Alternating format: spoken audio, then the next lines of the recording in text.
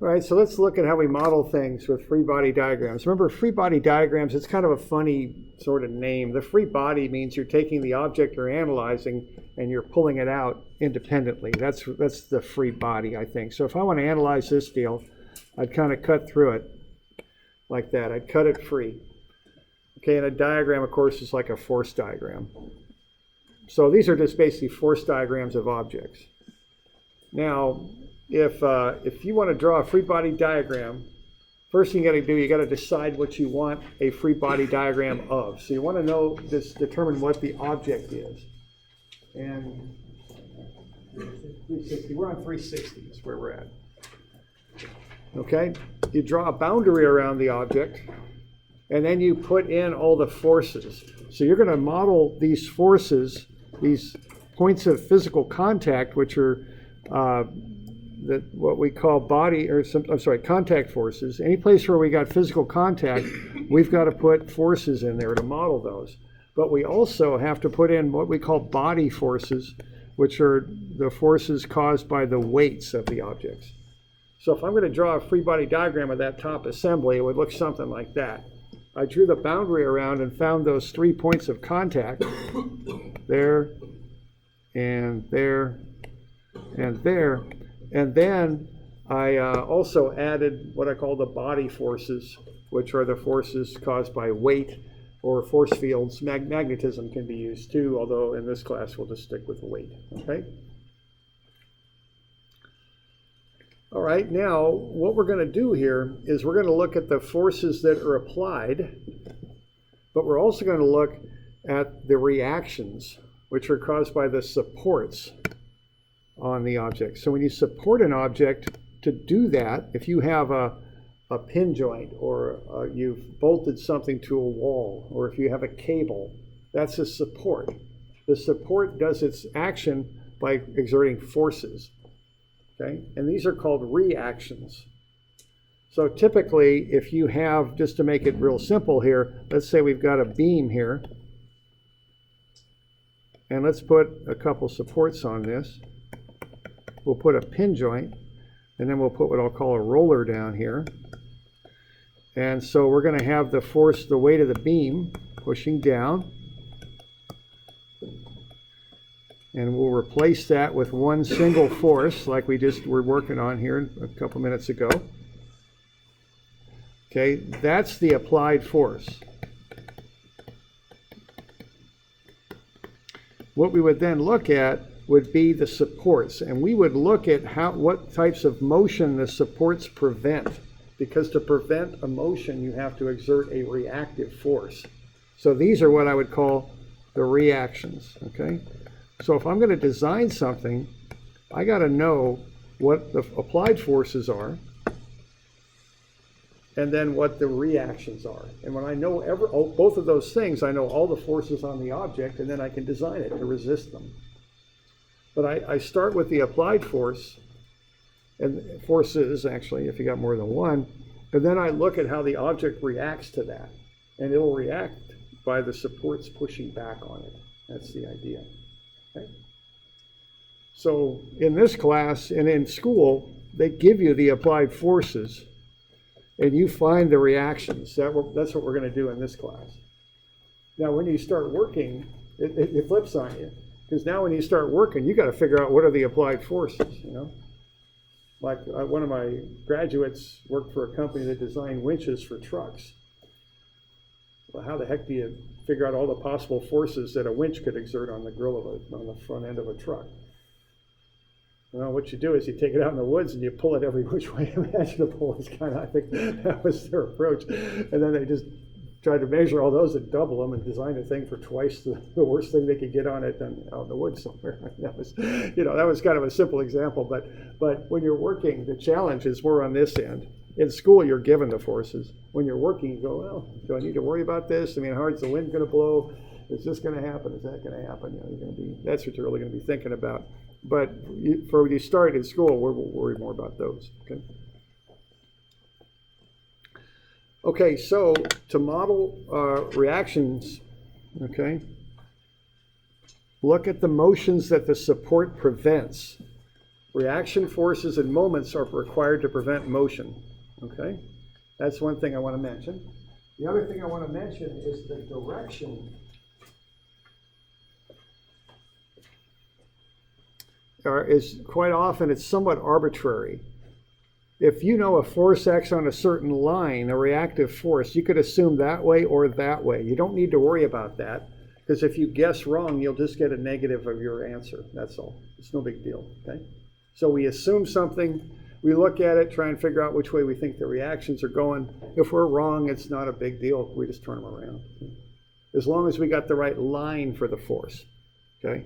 As long as it's going up right or down left. If you assumed that force was doing something like that, you'd get a busted answer. It'd be no good because you're off line. But if you're on the proper line, you can assume one way or the other. It doesn't make any difference. It'll all come out in the wash. Okay? All right, so you can't do that. That won't work. All right, so let's kind of start working through some of these. And I've kind of got a table on 360 of a bunch of forces, and then I have to the right how you model them. Okay, and we've talked about some of these. A cable pulls is what it does. So all you can do with a cable is pull.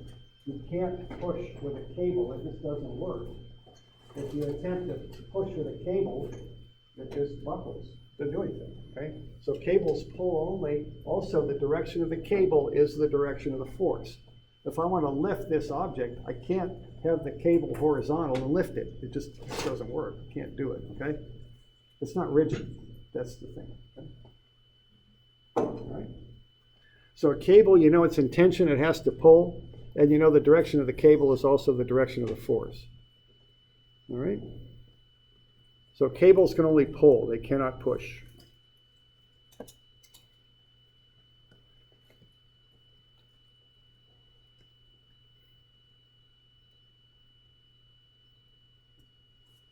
All right.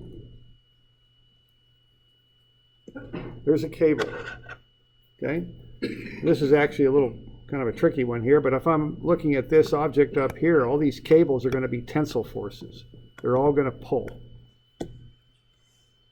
If I'm looking at the boom of the crane, they turn around. So what you're analyzing determines which way the forces act. If I'm looking at the boom, the forces do this. Okay, so you kind of have to look at the object you're analyzing, okay?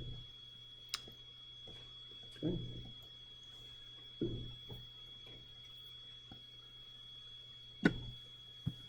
These cables, if I'm looking at that telephone, that power pole, would pull, all of them. Nice little trick there, isn't it? Put that little stand out there, put a little bit of a roller on there. That allows you to turn that force down because they don't want the cable attaching on the other side of that fence in somebody's yard. See, they want to bring it down so it's in the public right of way. So they do that little trick there to pull that cable straight down. Okay. Right.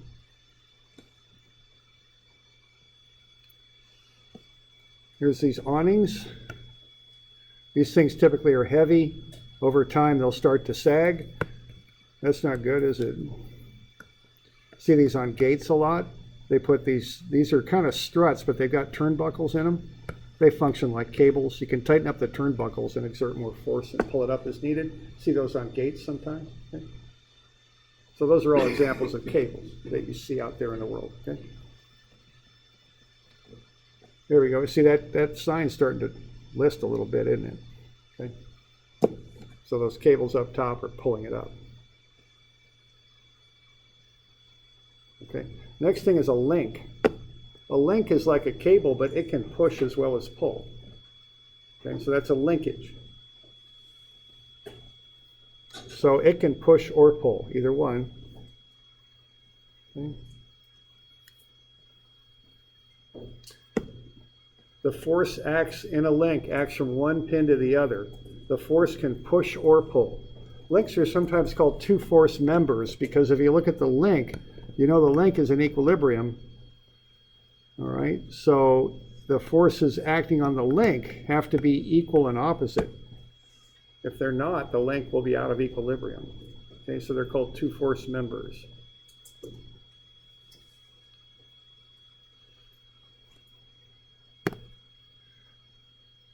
I still remember this from when I went to school, which was quite a few years ago. So you got a link like that. You got the two rivets here on the link. So a link has usually two like rivets in it that hold it. How would the forces act on that linkage? How would they go if you've got that attached to something? Let's see. I don't know what it's attached to. Let's just say we got something like that, some surface. Okay. The deal on this is the forces would go in between the rivets, not along the line of the linkage, but in between the connections. That's how those links act. Okay. That's a linkage. Okay. There's a link right there.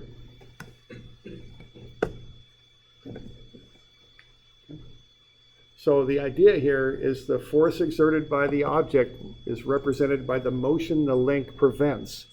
Okay? That link prevents motion along its line. It doesn't do anything to prevent motion this way. That's not what that link does. The link itself only acts along its line from rivet to rivet, bolt to bolt.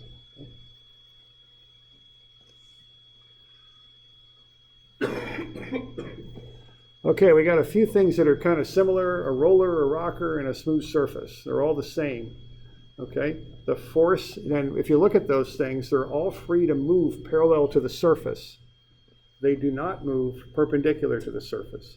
So the force exerted is perpendicular to the surface.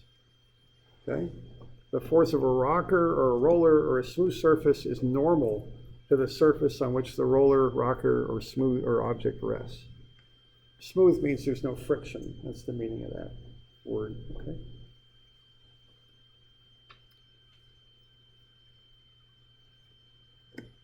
So the force is normal to the surface. So when you're going through this stuff, sometimes you got to identify what the surface is, all right? And then the force is normal to it. There's a smooth surface. If that's assumed to be smooth, the force acts normal to the surface. Even though that handle there is angled, the force is perpendicular to the surface, normal to the surface. Okay.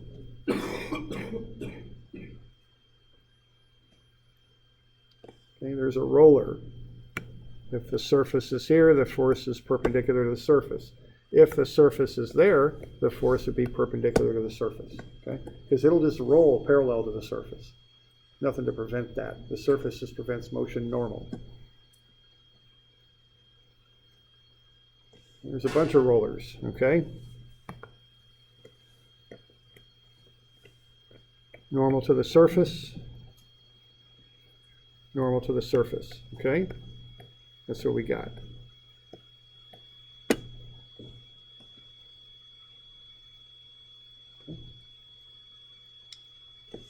What's that? It's a drapery rod, but what is it really? And what we were just talking about, what does that act like? It's like a roller. I guess it's got a link on it too, yeah. It's a moving link, so I guess the answer to that question depends on where you're looking at it. Right there, it's a roller. If you look at its entirety, yeah, it's kind of like a link.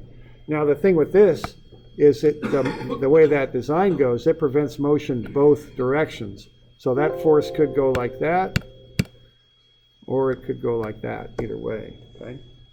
Because of the way that design works. Those drapery rods aren't quite as common as they used to be. They got kind of a little C shape there, and the roller rides in the middle of the C. That's how that works. Okay. Okay. There's a 3D roller that will allow motion in all directions. So that's more of a 3D type connection.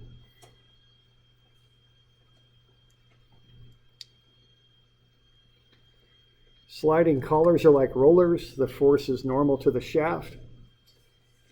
Now pin joints, let's look at pin joints. They're very common in 2D. A pin joint exerts a force in two directions.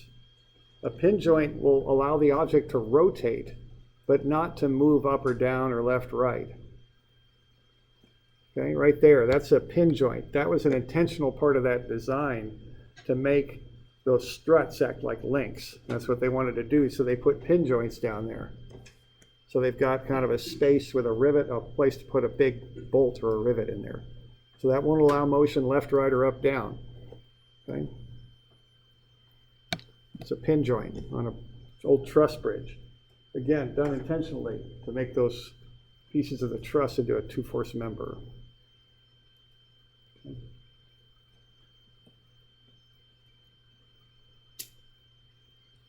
Oh, let's see. One last thing real quick here and I'll let you go. The last type of connection is a fixed support. I'm jumping ahead. We'll come back to this later, but a fixed support doesn't allow any motion at all. You've completely locked the object in, both for forces and for moments. So it's like you've taken something and embedded it in concrete or you've bolted it down. So there's a fixed support. Completely locked in, no motion. All right. Okay, so you get that homework in today or tomorrow. Let's get you a couple that'll be working on 241 and 2. And I think we'll make those due Wednesday next week. Okay. Which is the 30th. Okay. Doing all right? Okay, so we'll call it good. Yeah, 241 and 2.